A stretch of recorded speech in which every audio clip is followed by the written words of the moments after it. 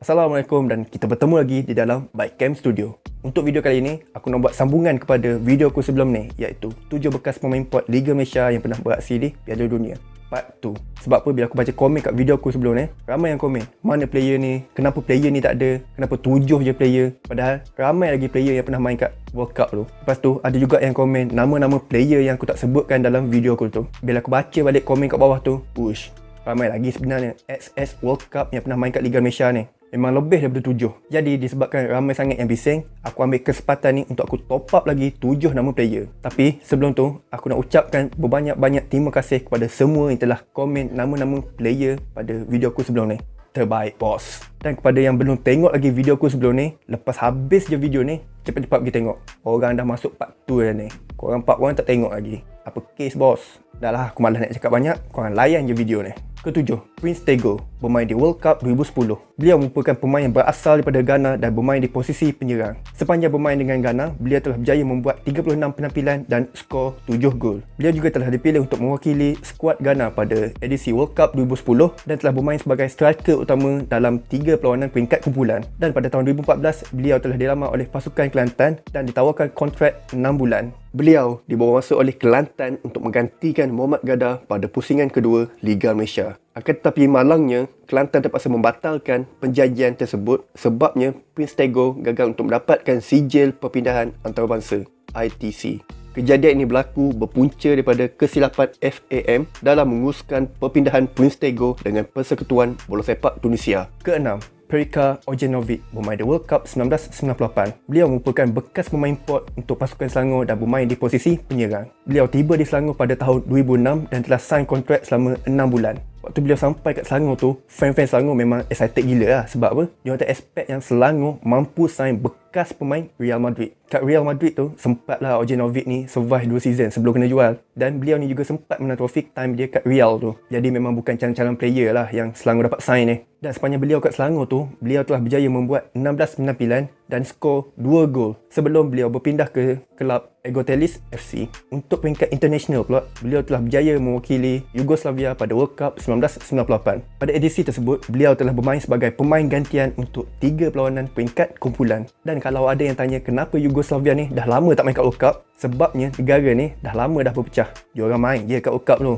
Tapi sebagai negara-negara seperti Croatia, Slovenia dan Serbia. Kelima, Dimitri Petratos bermain di World Cup 2018. Perjalanan Petratos ni boleh dikatakan lebih kurang macam Andrew Nebut, di mana mereka bermain di Liga Malaysia dulu, barulah mereka bermain di World Cup. Petratos mula-mula sampai di Malaysia pada penghujung 2012 untuk menyertai pasukan Kelantan. Akan tetapi malangnya beliau tidak didaftarkan untuk bermain dalam Liga Super. Sebabnya, peraturan Liga Super pada waktu itu hanya membenarkan 2 pemain import untuk setiap pasukan. Sekarang ni, mana-mana pasukan dalam Liga Super dah bebas untuk menggunakan 5 pemain import. Jadi meriah sikit lah Liga Super kita ni. Jadi Petratos ni hanya bermain dalam Piala AFC saja sepanjang beliau bersama dengan Kelantan. Dan sepanjang beliau bermain dengan pasukan Kelantan, aku boleh cakap yang Petratos ni adalah pemain import yang bagus dan cemerlang. Beliau sempat bermain sebanyak 7 perlawanan dan berjaya skor sebanyak 4 gol. Dan juga berjaya membantu Kelantan untuk layak sehingga ke suku akhir Piala AFC sebelum mereka kalah kepada kelab Hong Kong iaitu Kitche FC. Selepas itu, beliau kembali semula ke Australia untuk bermain dengan pasukan Brisbane. Dan pada tahun 2018, beliau telah dipilih untuk mewakili Australia ke Piala Dunia yang berlangsung di Rusia. Keempat, Karel Stromsik bermain di World Cup 1982.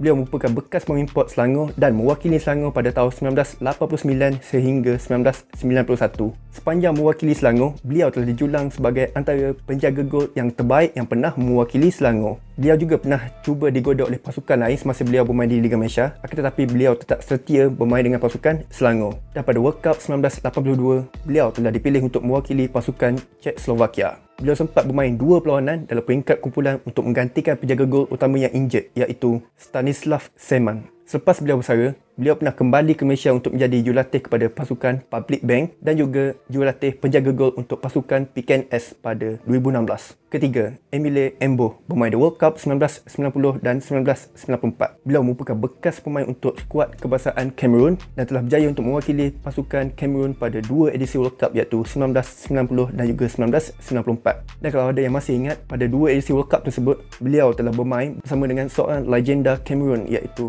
Roger Milla. Dan untuk pengetahuan korang juga, pada edisi World Cup 1994 tu, Roger Milla berjaya muncul sebagai pemain paling tua yang pernah beraksi di World Cup dan juga penjaring gol paling tua, iaitu pada usia 42 tahun. Akan tetapi sayangnya, rekod pemain paling tua telah berjaya dipecahkan oleh penjaga gol Colombia iaitu Mondragon pada World Cup 2014 dan yang paling latest, penjaga gol Mesir iaitu Essam El Hadari pada World Cup 2018 yang bermain pada usia 45 tahun. Tapi rekod penjaring gol paling tua masih lagi kekal milik Roger Milla. Okey, berbalik kepada Emile Embo, beliau telah berjaya untuk mewakili 3 pasukan sewaktu beliau bermain di Malaysia. Beliau terlebih dahulu bermain dengan pasukan Perlis pada tahun 1995 dan 1996. Kemudian pada tahun 1997, beliau bermain dengan pasukan Kuala Lumpur dan pada tahun 1999, beliau bermain dengan pasukan Sabah. Kedua, Stephen Keshi bermain di World Cup 1994. Beliau telah dipilih untuk mewakili skuad kebangsaan Nigeria pada edisi World Cup 1994 yang pada waktu itu berlangsung di Amerika Syarikat.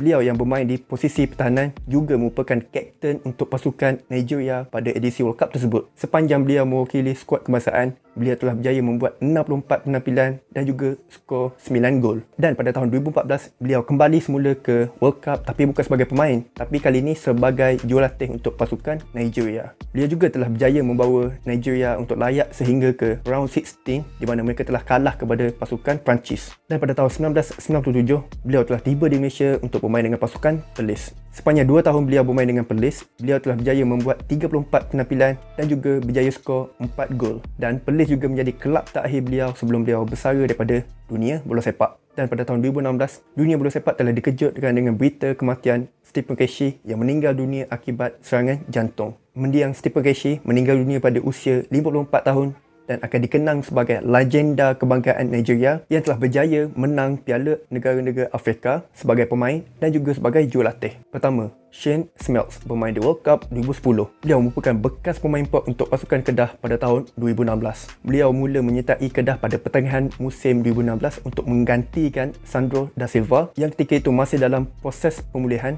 akibat kecederaan belakang. Dan beliau berjaya membuktikan kehebatan beliau sebagai pemain import level World Cup apabila berjaya skor 11 gol untuk pasukan Kedah. Akan tetapi malangnya, beliau hanya bertahan selama 6 bulan sahaja apabila Kedah membuat keputusan untuk tidak melanjutkan kontrak beliau untuk musim 2017. Beliau juga telah dipilih untuk mewakili pasukan New Zealand pada World Cup 2010. Pada edisi tersebut, beliau telah berjaya untuk skor ketika menentang Itali. Dan untuk pengetahuan korang juga, World Cup 2010 merupakan penampilan kedua New Zealand dalam edisi World Cup selepas penampilan pertama mereka pada World Cup 1982. New Zealand pun dah pernah main kat World Cup. Malaysia, bila lagi? Baiklah, itu je lah yang aku nak share pada kali ini. Kalau ada apa-apa, kalau aku ada miss lagi nama-nama player import tu, korang boleh komen kat bawah. Dan jangan lupa like, share dan subscribe video dan channel aku ini. Kalau ada apa-apa, macam biasa boleh komen kat bawah, aku akan baca. Okay? Aku ciao dulu. Nama aku Halim Mas. Peace yo. Assalamualaikum.